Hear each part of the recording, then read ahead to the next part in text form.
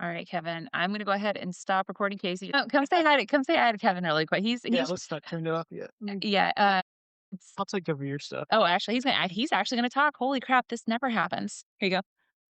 I must be a special case. Just got this on backwards. Hey, Kevin, how's it Hey, going? how's it going? Good. How's it going? It's going, man. It's always a struggle here and there, depending on what you're looking at, right? Yes, So definitely. we're just gonna keep it real. We're just gonna back and forth. I probably won't use any of this. I just, wanted to connect with you. I wasn't feeling good earlier. We that we're cycling, 108 miles in 2 days. That did a number on me, man. I can Holy only crap. imagine it's kind of like you're like, you know what? I'm trying to be like Lance Armstrong and go out there and go and do those miles and push through in the grueling days. So I can understand what you're going through. And then when I got my diagnosis, I said, I got Lance Armstrong. What I got? That's what I got, the Lance Armstrong deal. Yeah, yeah, man. That's how I look at it. Uh, until his doping stuff, that is, right? Oh man, yeah. Hey, the dude, he's famous. He was famous, and he'll always be famous. I don't know Yes. if you know much about our ride. Besides, we're going from Florida to DC, right, on bicycles. Hmm. But Ashton didn't even know how to use the brake pedals until last year when we bought our bikes. So Wow. just passed our 400 miles for 5 months. We've been slowly getting up to 500 total, or Hmm. sorry, 400 total miles. So Hmm. doing a 108-mile back to back, or 60 and like 48 back to back, it is hard. It is I can tough, imagine. and it's for me at least, it's kinda hard. I don't know about you, and this is a question I wanted to talk man to man on Okay. kinda thing because, we Cool. both lost something precious to us, right? And you lost Yes. too. So, my question was, like, I am having low testosterone because of mine, Okay. but I'm testing in the normal range, just super low in the normal range. Are you, because your let's go with your first round, right? Your Okay. first, did you experience any of those problems, or was the other one really working hard for you until you. No, I didn't really experience like anything with the testosterone kind of like loss until like my second diagnosis, and then after that they wanted to put me on the gel therapy with the androgel and the low T replacement. With my first one, I didn't really I got my markers checked, and until my testosterone was somewhat at a normal range, or you could feel some drop off because of just the losing the one test. But now that I lost the second one, now I can definitely see where the little T can be involved. And, you take different things like, beetroot, or you want to take testosterone boosters, or, for the VA, they give you the androgel, and I got to put it on, daily for the replacement, the hormone therapy replacement. So that is something that I have to deal with on a day-to-day basis. But, it's not bad. I already do that instead of getting an injection every day. I'm like, yeah, or every couple months. Yeah, I was Uh, gonna ask you about that because, if you didn't say gel already, I was gonna be like, "Hey, do you do the, you pull your stomach, you stab it, basically? mhm. How is that?" But it seems like the gel is the way to go for the most part, from Mhm. what I understand, and, Yeah. I'm not too familiar with it. Do you just, like, apply it to your stomach? Do you It's like, a is there certain regions? androgel. Yeah. No, I put it on my shoulders. I do one here, and one here, and it's 3 pumps, daily for me. So that's what they give you for the, regimen to do. And it's not bad at Sweet. all. Yeah, it Yeah. doesn't seem too bad. Do you actually feel like, this is for my personal information Mhm. here. Oh, Do you yeah. No, feel the no, sure. uplift? Like, you feel a little bit more energized, or is it just like, just, eh, kind of I don't somewhat know. fixes? I think it's just somewhat fixes because, like, you Yeah. put it on and it's cold, but then it dries really quick. But then that's it. And then you just go through your day-to-day routine. You just got to make sure it dries because you don't want to put it on your shirt and it get, on your shirt, because it's a dry gel. It's like a clear gel that you rub on, and you can smell the alcohol in it because it's alcohol based, and it just dries and absorbs your skin. Yeah. Man, yeah, that's something. Like, I've been going with Hmm. the VA. Like I said, I'm kind of on the lower end, but I'm like Okay. 50 points above, Oh, don't feel that. bad. I just when I did my last blood work, they were like, "Yeah, your testosterone is like 100," and they're like, "Yeah, do you want to kind of go on the injections?" And I told them, I'm like, "No, not yet. Let me get back on my gel regimen." And that's why I had to get my gel. And they give you like at a time, they give me 3 bottles at a time, as opposed to lasting up to like 4 to 5 months. Because you're doing it daily, you're gonna burn through the gel quick. and then you just get your re-ups. Like right now, I got to re-up my meds for that. So Hey, that's a yeah, good amount of supplies, hmm a handful of months, that's not bad at yeah, all, to be honest, yeah, compared to other stuff, but I am really surprised, after your conversation with Ashton, that they didn't even really offer you, those, implants, I guess, yeah. Well, the doctor did testicle implant? mention. Well, the VA doctor mentioned it, but he was like, "It probably won't. It probably will burst." And I'm like, "Oh, okay." He's Yeah. like, Because dude, I "Yeah, can't even imagine. Think about that, yeah." you're running or something, then all of a sudden another burst. Funny enough, I watch wrestling and I seen a wrestler and they mentioned that they had a breast implant and their implant popped during the move, and I'm like, "Oh, that is not really good." Oh, And they're like, they man. felt it pop, and I'm like, "Oh, I don't want that to happen." I mean, Goodness, shit, yeah, we're all going. that's crazy. Yeah, my Yeah. son and I just started watching wrestling again. I watched it back in the day, now he's into it, and now he's doing the freaking people's elbow and stuff on me, it's a whole ordeal, right? I'm Yeah. always got sores now, but yeah, that's something, man, that's something that I would have been scared of, but during the time so I went in and all that, they took one out, they're like, "Hey, do you want us to put one something back in?" I was like, Mhm, I don't know, what's the side effects, what's that?" They're like, mhm. sometimes it doesn't mesh well with the other one, so you're getting pounding on one side." And I was like, Oh, I that's don't wanna do none of that." I already felt, yeah. like, after they took it out, I already felt like someone ran up and freaking punted me down there, it was not Mhm. feeling good, so, I didn't want none of that, so I Did you get elected the not to kind of do the it. like, the jock strap support? Because like, when like, we're both I had the jock strap support, and it felt so awkward. I'm like, "This feels so weird because you feel the band, and you're feeling it hold your in place, and it's like, "This is just" yeah. Dude, so, funny enough, um my cancer or, our cancer basically, but, yeah, I Mhm, got that support, but then as soon as my left one is what was taken out, my right one started mhm. overproducing, so it swelled up a little, so I had to use Yes. that support, and I was freaking out, I was like, "Oh my god, something's wrong again," it went straight into that, Mhm. like, anxiety and, and all Uh-huh. that stuff, like, holy crap, but no, it's just most people don't understand that you have 2 testicles, and they're both lazy, really, work 50% of the Mhm. time, so if you lose one, the other one has to it will literally Compensate. compensate for it, but it sometimes Mhm. it like, seasonal, it kinda makes it a little bit bigger to Yeah. produce depending on stuff, so, sometimes I feel, like, in the shower, I do my, like, weekly, monthly check, and I'm like, my god, it's got bigger, I think. I was like, "Oh my Mhm. gosh," and I start freaking out a little bit, but it's a very Yeah. natural thing, but, um, yeah, man, it's very nice to speak to someone that's been through this as well, and, at least, able to talk about it because most men, like Ashton mentioned, and I'm sure you went into it, most military men, hardened men, don't wanna talk about something as private as, their private parts, especially not Yeah. on this to anyone.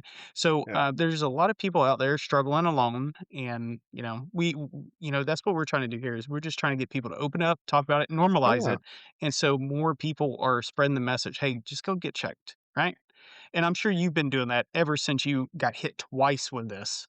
Yes. Uh, so, back to your first time. So, if you could go back in time before your first cancer treatment ever start would is there anything you would have told your past self, uh, to, like, look for, go get checked out? Anything in particular? Yeah, I would have probably said, just self checks and make sure when I were getting, physicals and said, hey, maybe I should have said, doctor, check all my markers, make sure that I may not have, a cancer marker that populates or anything like that. That would be something in my past self I would have told. And like you said, definitely follow up on the checkups. Like you said, make sure everything feels good. You don't feel, discomfort or, anything that's going to throw you off. That's something I would have loved to have. But, like I said, maybe modern medicine has changed over the last decades and stuff like that. It makes your mindset kind of thinks now. Mm, You didn't have the WebMD and things like that. You yeah. gotta have to go on what you were taught and or what the doctor would tell you, and you just follow what they are, suggestion. Yeah. Yeah, man, I dude, I love hearing about people's stories, especially like where medicine was, and then now that it's Mhm, slowly shifting to, more like streamline, more, like AI. It's different mhm, kind of protocols are starting to creep up, and it's phenomenal. Like we're seeing everything from like someone saying there's a cure for cancer, for prostate cancer overseas. Someone's doing mhm, the like an what is it, ultrasound or sound waves or breaking up cancer cells, and mhm, all this technology is very good. The problem, I think in my life, I like the VA. I really do. I think there's VA does really good stuff for what mhm. they do. I think some stuff needs to be updated, but I I cannot agree. wait until the VA gets in there and starts utilizing some of this new emerging technology someday, or at least make it a little bit more streamlined to get community care and get approval to do some of those kind of Mhm. treatments. What is your take on that, if you have a Yeah. take? Oh, yeah, and and funny enough, I actually work for community care, so I see it and I interact and I can hear it and I understand what people go through, and yeah, I would love for the way the VA to kinda push more of those, resources and those efforts because we are training we're like a training hospital. We do train other people to, in their own fields and say, "Look, we're gonna be a teaching hospital. We want you to come and learn the veterans, learn how to sense of the pride and camaraderie that we earned and, give back to that community. But, I would love for them to kind of venture on to different things like, from using THC, CBD. That's some of the taboos or something that we can't talk about. But I'm like, if it helps people find a way to make it, worth our while to utilize. Like for me, I got told well because I suffer from seizures in my own personal story. I am taking seizure meds, but I also thought of maybe taking CBD, oil or CBD gummies to maybe help with like the back pain or like with my seizures and maybe try to help correlate that. And that is something that I talked about with my neurologist, and she was like if you feel that's an alternative to health, why not? You Well, know? I love that Yeah. we're both in Florida. We're up near Mhm. Jacksonville. You're in Tampa, I'm sure, right? Yeah. Since you get Yeah, treatment there, I'm actually Lakeland, but I oh, okay. literally like right Yeah, not well, that far I from am so Tampa. glad that, Florida Mm. at least lets you get your medical card if you want it, or Yes. if you can do it, and I've utilized it here. Mhm. Like, we moved here maybe, like, a year after, my treatment ended. Like, we sold our Mhm. house in Illinois, moved down here, and I was like, "Man," I still since my testicular cancer was stage 3A, it moved to my left, kidney area. Lymph nodes Mm. swelled, stage 1 kidney failure, so I'm like, I'm still getting, like, scar tissue pain or, Mhm. residuals from that, so I was like, "This would really help me." I went to the VA, they're like, "Maybe you should look into it, we're not stopping you." So I went private and, got Mhm. a card for a little bit. I don't do it Yeah. anymore or anything. I never could smoke anything, but I'd, like, take the mints, the gummy, just a little bit, and it Mhm. definitely helped out, some of that anxiety and that It's phantom funny. pains. I went through one. It was and it's funny enough, he was an Air Force doctor, and he said, "Why don't you try the oil? You can put the oil drops underneath your tongue." And he was making his own batches. He Oh, was even saying, "Look, I'm a" yeah, he's like, "If yeah? I have certain things, I'll make up my batch and, take the droplets and go from there." And he said it works great. And he says he recommends it to people if you got certain like joint pain or, aches and pains, why not? You can actually change the dosage and how it, adjusts it to what your needs are. Mhm. And Oh, that's something yeah. that I was like, you know what, I would love to have that because like I have back pain and my arthritis in my ankles, and I said, why don't take, a gummy or a droplet. But the gummies, it's kind of like you have to be mindful of the milligrams you take because it can be too strong. It can put you down for a little Oh, bit. oh, So yeah, for yeah, sure. and learn the different strands and things like that. So yeah. Yeah, for sure. I didn't like taking too much of it. I would cut off like a half here and there, and then I would only take it at night to go to bed. That kind of stuff because some of them they do kick a little harder than others sometimes. But Make you yeah, want to eat everything. yeah, and just eat everything. I would have to be basically about to pass out just to just so I won't Yeah, raid the fridge, right? But, I yeah, do think some of those kind of things, at least a CBD, should be implemented as, like, mhm, maybe a rub or something. Maybe the VA can, do something like that because it would help. It would help, at least aches and pains, and a lot of us veterans have arthritis and all that stuff. I'm yes, positive it can help out. But yeah, mhm, I cannot wait until the VA starts doing some of these emerging technologies to be able to at least alleviate mhm. some extra pain without giving us just shoot tons of Uh, pills every day. yes, Um, exactly, because the pills have so many side effects, and it's like, you don't want one medicine to interact with other, it'll throw yeah, yeah, yeah, so you had to do 2 rounds, right? Just to make sure. correct. You did 2 Mhm. rounds. How much medication did they give you? Because me, I went 3 rounds, so not much more than you, and I had a gallon bag full of nothing but painkillers, nausea pills, some other stuff for constipation, just a whole like, freezer Yeah, bag full of it. they gave me a concoction, and it was like, I think like 3 bags. One was like a yellow bag, and then another one was clear for the, anti-nausea, and then another one was like saline to keep you hydrated, and then they actually fed gave me lunch while I was going through the, treatment. So, it was kinda, yeah, Man, dude, I got a story for you if you got time, okay. right? Uh, Sure, I got so time. we found a we were in Rush University. I was getting my treatment through community care. So I Mhm. really love the program when it needs to be, right? But we had a nonprofit that catered for veterans. So they brought me a free like I think it was like chicken finger meals, whatever, dipping sauce. Tastes like Zaxby's. Zaxby's. And, Okay. the dipping sauce, I had it. Oh, man, first day of chemo, loved it. I ordered it the next day, hated it, cannot eat it again because of that taste. It's the second day of chemo just really wrecked my body when it came to that. Mhm. So I will It not was a it was a eat. co like a body shock. It Yeah, it right. was. It was like the Mhm. first day, I didn't feel any kinda like, I felt normal for, like, the first round of chemo, and then when the second round hit, my hair started falling out, freaking can't eat, everything like that. I ended up scratching my face, like popping a pimple, went into sepsis, was in ICU for a week during My between the god, wow. first and second round of chemo. Dude, Mhm. I dropped like 35 pounds. I was like 192 or something. I dropped down to like 163. Like Mhm. did you have any of that kind of side effects for the Yes, treatment? yes, I had, like, the fatigue, and then, I didn't really have the I had a little bit of the weight loss, but it wasn't, like, heavy, but just the fatigue was, like, my main thing, like, I wanted to sleep, or, you know, I'm kinda just, like, in the mood, or I just wanted to lay in bed and, lay on my couch and I didn't wanna do anything, you know? Yeah, dude, I So, was yeah. the same way. Like, we had 2 stories in our old house. Dude, I slept Mhm, on the couch. I would not get upstairs. mhm. Dude, during You want at just least drag me along to the bed. yeah, pretty much. I'm, like, crawling up the stairs when I have to go to shower Mhm, and stuff like that. I was not having it, and then, yeah, like I said, I went into sepsis, and that freaking threw everything out of whack for the next man. 2 rounds. But, dude, I passed it, I'm good. I'm almost to my 5th year, but I know Ashton said something about it earlier. I am a little scared because the remission testing, I'm sure you do. You go in, you get your blood draw, you get, what is it, Mhm. LDH or LHD or something Yeah, like that. A something like couple that, yeah. yeah, a couple of those tests, but, I talked to my oncologist the last time, it was, like, 4 months ago when I did my last Mhm, blood test, and I was like, "Hey, will I be able to utilize this later on?" Like, after because I am nervous that it will come back because we have a yeah. higher chance that it will come back, right? Yes, and I So did not know that when until I got told. I was like, "Oh, wow, I wasn't expecting that." When the oncologist came up, or the urologist said, "Yeah, you have it," and I'm like, "What?" Yeah, I was yeah.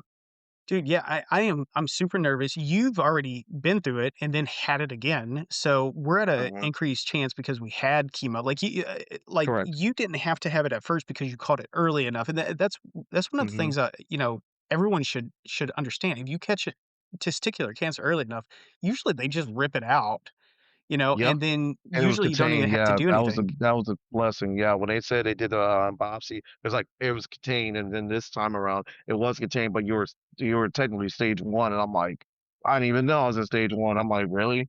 Yeah, Dude, so, that's awesome. And then mhm, the next thank time you. you just had a feeling basically? You're just like, "Oh, hey, let's go get some blood work done," and No, now it you was my know? normal, no, no, it was my normal checkups, because the VA, they make Yeah. sure you get your checkups and all that, And because since I already had it one time, they said, let's go ahead and get you through urology. So I was doing my normal urology appointment, and they're like, yeah, guess what? You have cancer again. And I'm like, what? And they said, "Oh, this time we're not going to work with you. We're going to send you to hematology and oncology and let them do your care moving forward." And that's what I've been going through for the last few years now, hematology and oncology, because they said most of urology only deals with like urological, conditions, which, like penile disorder or, UD, or if you have Mhm. any kind of an infection down there, that's what they deal with. So I was like, damn, you kind of just handed me off over to hematology oncology and call it a day. I'm like, that's it. So yeah. Yeah, man, that's nuts. So, I don't know if I didn't hear it, but how long was it between your first diagnosis to your second diagnosis? Like, you finish your they took it out, your own surveillance. How Mhm. long did it take for it to, I guess, spread and grow?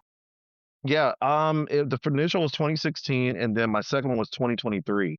So it's kind of like Wow. 7. It was just, yeah, it was like it just came out of nowhere when I got Mhm. the diagnosis. That's why I was like, this is a shock because, like you said, now that I've done my research and saw that the rates can get higher, you getting it again after your first, occurrence, it's like, wow, yeah.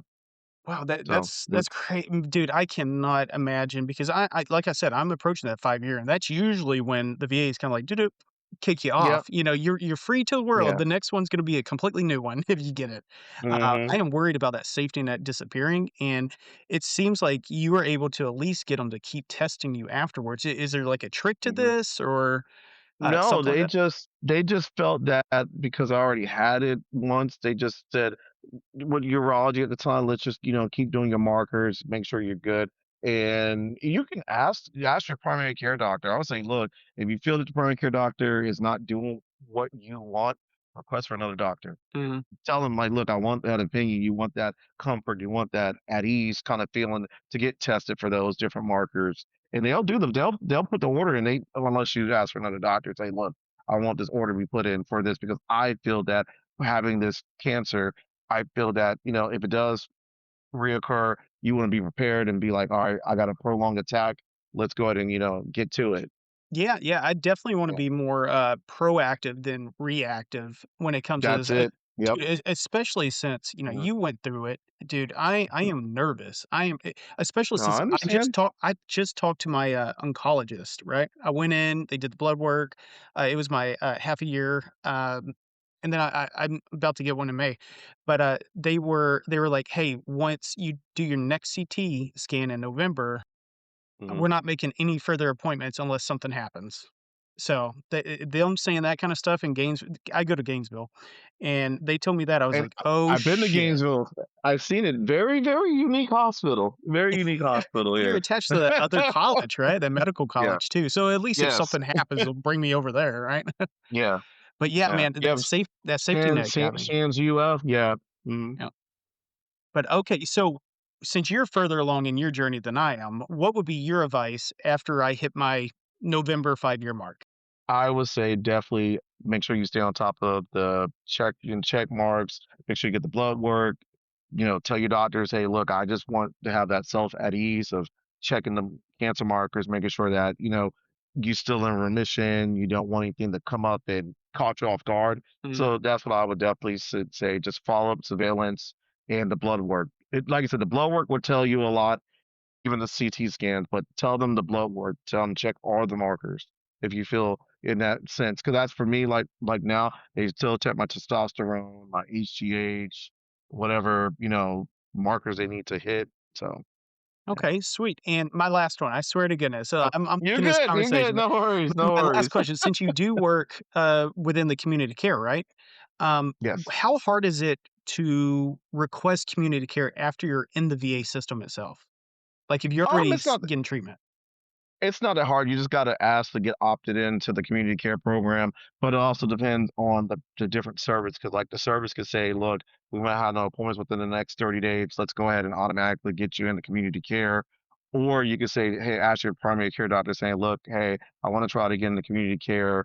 You can go on the VA website you can actually do your research and find a provider that may, work with veterans and take what we utilize as Optum is the insurance that the VA uses, and you can push it out and say, hey, look, do you guys take veteran patients? And see, or you can find someone within your local area and say, look, I ain't trying to drive that far to go get treated. If I feel that this urologist here take VA patients, get them to get on board and sign up for the community care VA program and become a provider that, veterans can go get seen and go to that provider for that service. Okay, Yeah. excellent. Great advice, man. Great info too. You're Definitely gonna welcome. use you for anything that comes up with You're our you're very veterans. welcome. Dude, Anytime, s anytime. yeah, send them over to you, Open man, be invite. like be like, "Hey, can you give them advice on this?" Because, yeah, man, I feel like I have this doctor that's kind of a floating doctor for my primary care. He's Mm, like a temp for, like, the last 6 months. They're just not I hiring. want don't be surprised that they'll leave Yeah. and go to their own practice, and you'll get a yeah, I know what you're going through because like, I had mine 'cause I just moved when I moved counties because I moved in my own home, I had to get another I got the Lakeland, clinic local clinic, and I saw the there, and they already switched them off, and I already got another doctor, and I'm like, "Really?" Dude, Yeah. I'm getting The really. floater providers is scary, It yes. is, because, you gotta give them your Yeah. whole medical history, and then all of a Mhm, sudden, like, handful of months later, you gotta do it again, to a mhm. new one, that takes their spot or whatnot. Yep, So, they yeah, gotta read dude. your whole docket of information and booklet, and it feels like they're reading novels because you got so many pages of your documents, your background, what have you went through, your medical history. It's definitely a lot. Yeah, It's it a lot is. to deal with. Didn't Yes. mean to be creepy Yeah. coming in there. I do have a question on that though. So when it comes to some of the things that we're advocating for is utilizing AI in Mhm, the medical record, specifically, 'cause when I was talking about like environment and exposure history and so forth. mhm. Do you think that the VA, 'cause I know that they're starting to utilize AI screening the medical record for diagnoses, but being able to put in your service history as well, what your job was, where you were deployed at, those kind of things. I'm sitting there thinking that would be like just a really easy way for us to be able to help with diagnoses, because you got what, 20 minutes with a doctor? That's not enough time for them to actually view your whole medical record. But what are your thoughts on that? Exactly.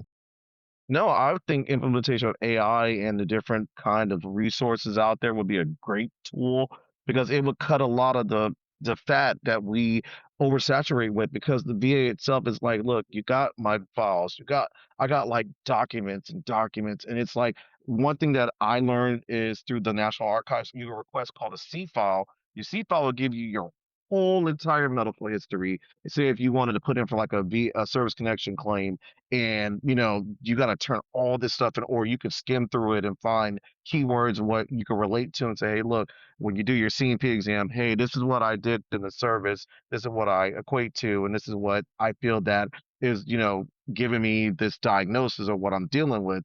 So I think AI would be a perfect utilization, and it'll cut a lot of this cluster that we deal with, because we have release information and you gotta go through so many protocols with them, and it's a headache. And like for my documents, like I try to submit in for an accommodation for my job, I had to go through release of information. But when I initially reached out to my neurologist, I said, "Hey, can you try to do this?" And like they were like, "No, you can't go through this. You got to go through." I'm like, "Why do I got to go through so many damn hoops to get to what I want, or just what my request is?" It's a headache. It's a headache. It's like, why I got to jump through hoops when I just want a simple request? I'm like, "Can you read the document? If you feel this is good, fill it out, sign it, send it back to me so I can send it to the appropriate department." You know? Well, and I also think part of Yeah, the problem is, though, is that between the CMP exam and then the actual health side, so you got the benefit side and then you have the health side, they don't talk to one another. Like those systems they don't. don't. Yeah. And funny enough, before I got back to the VHA side, I worked in the VBA side. It is a whole it's a headache. It is a cluster fuck. I'm not gonna even sugarcoat it. It's because certain regional offices, they'll get your documents, and then if they feel that they won't do it, they'll just rotate it out and go to another regional office. And I've seen it because when I worked there, it's like, man, I got another VA and another RO in another, state getting the documentation. It's like they didn't do anything, but then they send it to us, and then we have to, skim through it, try to get the veteran scheduled, upload whatever documents that need to go up for processing, and then try to find them the CNP examination provider where they're located at. It's a cluster, and then they have an expectation for you to do so many, schedulings per day or so many quotas you gotta hit, and that's overwhelming enough as it is. And before this administration got in office, people were able to work remotely and work from home, and I'm like, "Now you're telling to go back into the office." This is much more of a stressful time because you gotta go through traffic, depending on where you live, sitting there for those 8 hours a day, and then you getting out of it. Then you got to drive all the way home, and you do it again the next day. And it's like they don't understand the impact of that on the person, like the employee. It's like if you want employees to work better, take their feedback. Like we can do anonymous surveys or do surveys that get supposedly read, and I'm like, you're not taking the feedback because say we got people that's been in this job and they were trying to find ways to improve the service. They don't do that. And it's like, listen to us. We're the ones that are actually going through it, getting the interaction with the veteran and the feedback from the provider. Listen to us. Like that's all we want is a chance to be heard and listened to and take what we suggest because we will try to improve the process at the end of the day. It's something that I don't understand is like you want us to be transparent and give you all the information, but you don't want to utilize it. But you feel that hey, the doctor said this, follow what the doctor says. It's like, come on, listen to the people that are boots on the ground. They're getting the interaction, they're getting the feedback. Pick what they suggest. Yeah, no, I completely agree on that one. That's just I mean, that's a leadership issue, for them not to, be able to sit there and take, real life work, and actually implement it. I mean, you see it in the That's military something sometimes above pay too. grade. Yeah, well, absolutely. But one of the things that, I find really interesting is so like if somebody is joining the military, you go to maps, their software that they utilize, it looks at everything. So there is no Hmm. more lying saying, "Oh, that never actually happened." I mean, that is all right there, then and They there. make you sign waivers. That's what they want you to do, Y the waivers. And I'm but like, yeah, but wait there's no for this. lying on it. You've gone to go see a Yeah, mental health yeah. counselor whenever you were in 4th grade. Hey, guess what? That's gonna come up now. But when it comes to Mhm. our, VA healthcare system, I can't remember what system that is, it does not translate well to, civilian healthcare. So it's really one-sided. They can take in the information, It's but they not. can't take it And out. then they're talking about maybe upgrading to another system, and this is something they've been talking about for, like, the last, like, I think 3 to 5 years, and I'm just like, "What are we doing?" Like, why it takes so long for us? And they feel that it's, it could be HIPAA related, it could be, PI because they don't want, information to be leaked, and it's just like, we already got information out there. Yeah, What do right. you want us to do? It's like they want to safeguard everything, but it's like the system you use may not work, and then you want to train everybody on it, and the system will have its bugs. It may not Mhm. be compatible. It may not be, user friendly. And some people are like, I can't use this. It's not going to work. Using what worked before, which is an old, older system, and it's just a whole nother, yeah. Like I said, it's a higher than us kind of situation that we have to deal with. Yeah, a lot of major health institutions are using Epic. Epic is a gold standard when it comes to the healthcare software that's out. And funny, my mother used Epic, and when I went out for my own personal to get on, like for example, Ozempic. If you want to get on like a drug for weight loss, the VA wasn't giving it. You have to go through the Move program and go through nutrition and all these hoops, and it's just like, what if you tell your doctor you feel that I might be a good candidate for trying this? They won't let you even try it. You got to go through all the different stuff. But now in my case, like, they gave me all the meds, said all this is it. Now they said, "Okay, now we're gonna finally let you try Ozempic, and, and if it's working, it work go ahead and utilize it." But then and now that we found out that with Ozempic, it kinda has those side effects that people don't understand, and it's like, well, like your gastro, your organs can be affected by it, and it's just yeah, it's kinda like, well, we didn't know, but for me, like I said, I wanted to use Epic to go with the doctor who got me on Ozempic, and he said, "Let's get you on it." And then I had to pay out of pocket, but then now that I got it through the VA, after I said, "Look, I tried it, it worked, it brought my numbers down." Then they said, "Okay, now we're gonna let you have it through the VA pharmacy." It's just that's another hoop you got to jump through. Unfortunately, it sucks. It's just something that you wish that was an easier option. Yeah, a little bit more streamlined because I gotta like I'm experiencing that right now. I have from high dose steroids from the chemo, right? I Hmm. did BEP, and one of those is I had to do high dose steroids. I have avascular necrosis in both of my femur ball joints, so inside bone Oh, problem, right? mhm. To get me looked at, according to my primary care, to see a specialist, I would have to go through 15 physical therapies where it messes with the muscle around it. That's what I said. I was like, how if it's a bone problem that I've already seen a specialist before and he sent me to community care, get x-rays, talk to a civilian. They were like, hey, it's so small now, it's fine. Come back when it gets more pressure. It's built up more pressure. And now the VA is like, hey, instead of seeing a specialist, you gotta go to physical therapy for your muscles to strengthen your muscle. I was like, "Oh, I'll do it, but dude, this is at least It minimum feel like an 15 extra hoop you don't weeks." wanna Yeah, yeah, you don't wanna go through. Yeah, I got you. yeah. Like, for us, like, in certain departments, like, they only authorize so much treatment, and it's just like, "If the treatment is working for me, why don't you keep utilizing it?" They feel that it's spending more money. As you can see, this is where the whole Yeah. Yeah, it kinda money plays a collapsed. factor in things. I mean, I'll say this until I'm blue in the face. I mean, there definitely needs to be a little bit more of a reform when it comes to VA, and I'm on more of the drastic side. Turning it into an insurance. Have the VA be a teaching Mhm. hospital, so any doctor going Yeah. through, they could sit there and learn about military culture and some of the nuances that we have. Ultimately, I mean, imagine those that are having to use community care because there's no VA near them. Those rural areas, just Yes. being able to utilize it Mhm. as an insurance, and depending on what your rating is, depends on if you have to buy into it or if it's gonna be offered for free for you. That's how I would do it. Exactly. I mean, common sense, Exactly. but, there's gonna be pushback on that, but I do think that would solve a Even lot of with these me, issues. I have my own outside insurance, and I got both. I said I might as well use both if I need to. I use Mhm. the VA for regular stuff, and if I have stuff specialized, or if I can't, I don't have time, I'll use my private. And yeah, Well, it's the just VA should be used as a safety net, in my opinion. mhm, Like, if you can't afford private insurance or something like that, or you yeah, fall into hard times, the it's VA is expensive, too perfect expensive. for it. Yeah, it's so Hmm. expensive, but the VA is a It great is. safety net, and we found that I think it's like 40 something percent of all veterans, it's the only only 40 something percent use the VA itself. So Hmm. if we just, I don't know, maybe fix it by signing people up at SEPs and TAPs, exiting, just be like, "Hey, you have it. You're in the system. You just gotta make an appointment." So everyone that falls Hmm. on a hard time and everything hits right button, like my cancer, stage 3, I need to go see someone then and there. They would be Hmm. able to have that option instead of just fight to get a appointment to get scheduled, something like that. So I don't know. I think it should be a little bit more streamlined, the process, but maybe that's just me. I agree.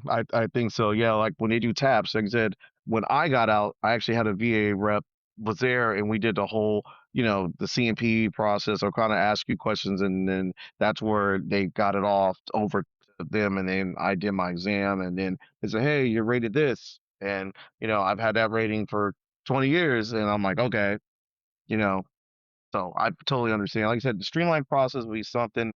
Like I said, they need to really listen to the organizations, the frontline workers, the get the feedback, because at the end of the day, the veteran is what we are here for, and they need their health care. It's what we signed up for. It's in the oath.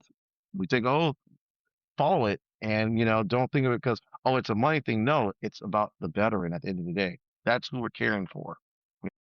And I I feel mean, owned to that because, it's well, if you look at it though, I mean, you have what is it, 30 per what percentage? Is it 30% that they get healthcare for free or 60%?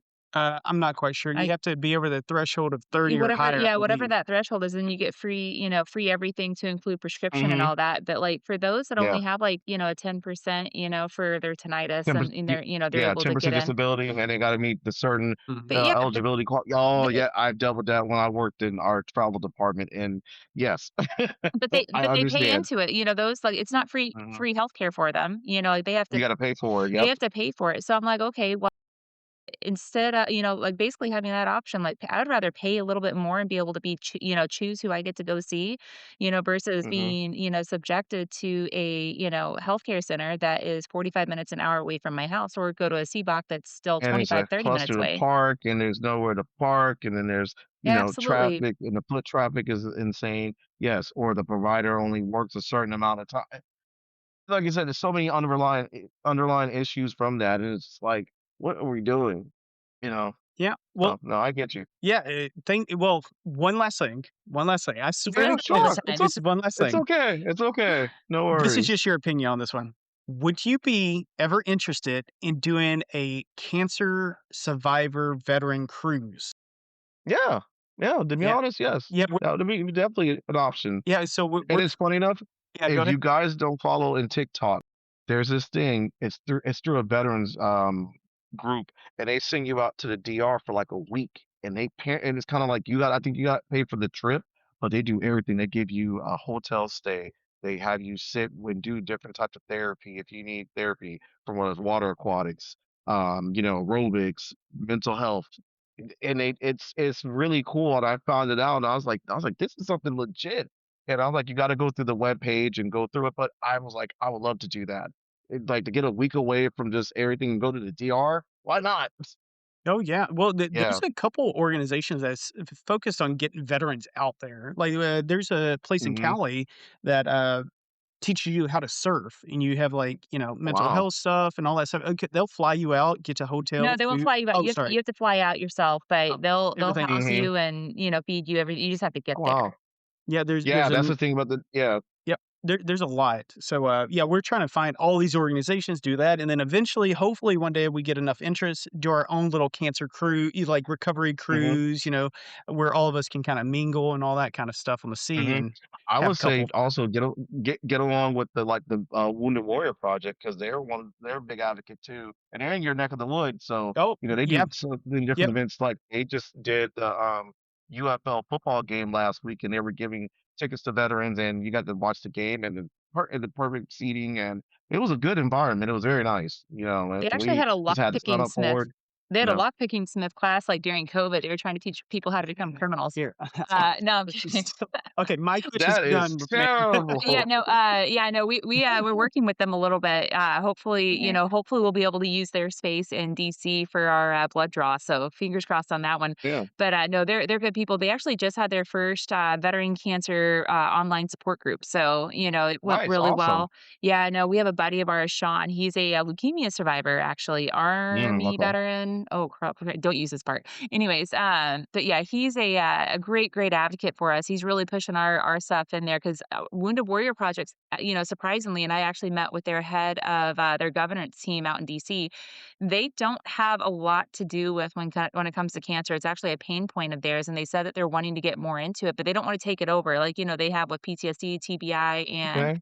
more of those physical They should make injuries. something like a part of the Wounded Warrior, like the network, make it part of the Wounded Warrior Project or That's another exactly those are the conversations that we're having, so we're that really I mean, and that Sean's is really pushing for awesome. that, so it's gonna be exciting, but yeah, no, Mhm, I sent over my white paper over to, the head of the government team, and I was like, "Hey, we can only advocate 10% of our time with a nonprofit." I was like, "I need somebody to sponsor this bill and really kinda push it forward, or I'll lose my nonprofit status, mhm, or at least the public charity aspect, and I don't wanna get in trouble." So I was like, "Just mhm, take what we have here." I've done a lot of the research and, utilize it. I was like, "Be nice to get credit, but I don't have any ego. Like, just get this across the line so we can help veterans." And so they were like, "I don't know a lot about this. mhm. I'll read it and I'll get back to you." But, he seemed to be really interested. But I was so surprised when they said that they aren't really doing much in this space, despite That is having scary. Wow, I didn't know they're that. they're Wow. not even screening, whenever veterans are calling into the resource center, the call center, they're not even Mhm. screening that.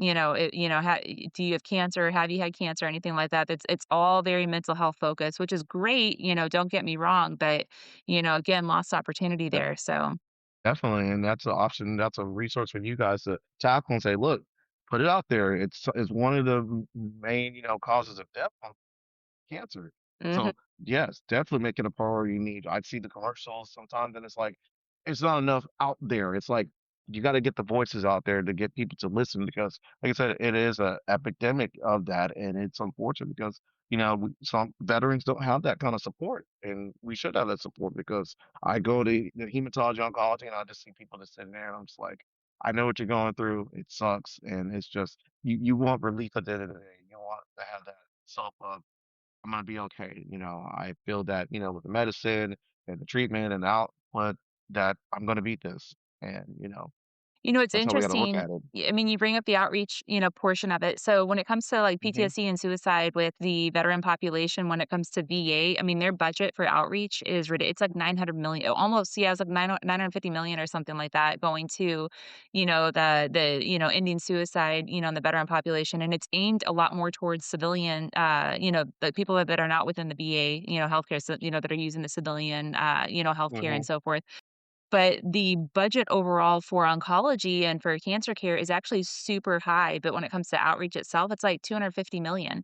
And that's why I think veterans are getting diagnosed at later stages because, I mean, here we are, post I feel like 9/11 it's too veterans late, getting yeah. cancer exactly younger and younger, but the screening hasn't changed. They're not advocating for themselves. They're not doing so. I mean, there needs to be a budgetary review, and I'm not saying remove any of the research or anything like because that is so incredibly important, but, make a more considered or conceded effort into the outreach because then instead of getting somebody at stage 3 and 4, we might find people at stage 1 and 2 and make it so it's under surveillance, instead of having to go for, like, high dose chemo and steroids and everything else that or Yeah. radiation, I mean, um and that's one of the things that we're really kinda pushing for is that oversight. Because, like I said, PTSD and the suicide, epidemic that's happening, I mean, obviously, we need funding for that, and we need to continue with that, but It feels like it goes, like, hand in hand also because, like you said, with PTSD and the suicide rate could also relate to with cancer. Like, if you are a cancer,